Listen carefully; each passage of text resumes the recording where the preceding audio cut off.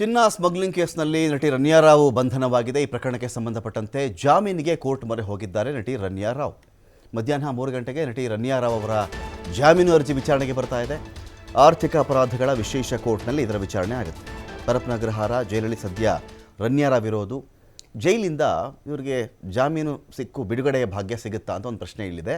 ಮಧ್ಯಾಹ್ನ ರನ್ಯಾ ರಾವ್ ಅವರ ಜಾಮೀನು ಭವಿಷ್ಯ ಗೊತ್ತಾಗುತ್ತೆ ನಮಗೆ. ಏನಂತ ಹೇಳಿದ್ರೆ ಇಲ್ಲಿ ಸುಮಾರು 14 kgಗೂ ಮಿಗಿಲಾದಂತಹ ಚಿನ್ನವನ್ನು ಇವರು ಸಾಗಾಟ ಮಾಡಿದರು ದುಬೈನಿಂದ. ಯಾರು ಎಷ್ಟು kg ಚಿನ್ನ ಬೇಕಾದರೂ ತರಬಾರದು ಅಂತಲ್ಲ, ಟ್ಯಾಕ್ಸ್ ಕಟ್ಟಿ ತರಬಹುದು, ತೆರಿಗೆಯನ್ನು ಕಟ್ಟಿಬಿಟ್ಟು ಸುಂಕವನ್ನು ಕಟ್ಟಿ ಯಾರು ಎಷ್ಟು ಬೇಕಾದ್ರೂ ತರಬಹುದು.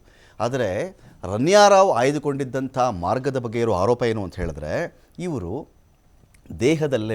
ದೇಹದ ಮೇಲ್ಭಾಗದಲ್ಲಿ ಎಲ್ಲ ಕಡೆಗಳಲ್ಲಿ ಈ ಚಿನ್ನವನ್ನು ಅಂಟಿಸ್ಕೊಂಡು ಅಕ್ರಮ ರೂಟನ್ನು ಇವರು ಹಿಡ್ಕೊಂಡು ಇದ್ದಂಥ ಪ್ರೋಟೋಕಾಲನ್ನು ಬಳಸ್ಕೊಂಡು ತಂದೆ IPS ಅನ್ನೋದನ್ನು ಹೇಳಿಕೊಂಡು ಆ ಮೂಲಕವಾಗಿ ಸಾಗಿಸಿ ಮನೆಯಲ್ಲೇ ಕೋಟಿಗಟ್ಟಲೆ ಹಣ ಸಿಕ್ಕಿದೆ ಅಂತ.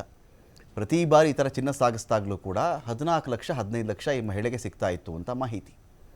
ಪ್ರತಿ ಬಾರಿ ಚಿನ್ನ ಸಾಗಿಸಿದಾಗಲೂ ಕೂಡ 14ರಿಂದ 16 ಲಕ್ಷ ಸಂಪಾದನೆ ಮಾಡ್ತಾ ಇದ್ರು ರನ್ಯಾ ರಾವ್ ಅಂಥೇಳಿ ಇರ್ತಕ್ಕಂಥ ಆರೋಪ ಇದು. ಇದೀಗ ರನ್ಯಾ ರಾವ್ ಈ ಥರದ್ದು ಈ ಹುಡುಗಿ ಮಾಡಿಕೊಂಡಿದ್ರು ಅನ್ನೋ ವಿಷಯನೇ ನನಗೆ ಗೊತ್ತಿಲ್ಲ ಅಂತ ಅವ್ರ ತಂದೆ ಕೂಡ ಒಂದು ಕಡೆ ಹೇಳಿಬಿಟ್ಟಿದ್ದಾರೆ.